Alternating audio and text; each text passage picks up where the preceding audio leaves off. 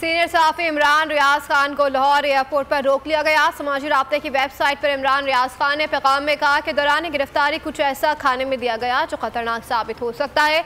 इमरान रियाज के वकील अली अशफाक ने तस्दीक करते हुए बताया कि सीनियर सहाफ़ी इमरान रियाज खान को वॉच लिस्ट में नाम होने पर लाहौर एयरपोर्ट पर रोका गया। उन्हें फौरी तौर पर तिबी मुआयने के बाद टेस्ट के लिए दुबई रवाना होना था। टेस्ट के लिए बड़ी मुश्किल से अपॉइंटमेंट ली थी। अली अशफाक ने हुकूमत को खबरदार करते हुए कहा कि इमरान रियाज खान के हालात बिगड़ने की जिम्मेदार हुकूमत होगी।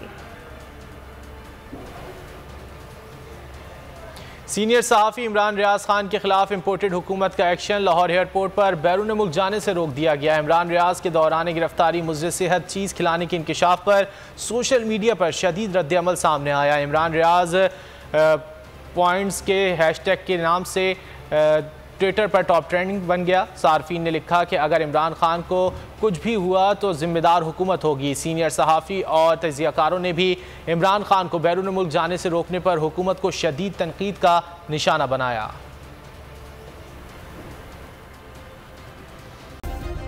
सब्सक्राइब करें और बेल दबाएं ताकि कोई खबर रह न जाए।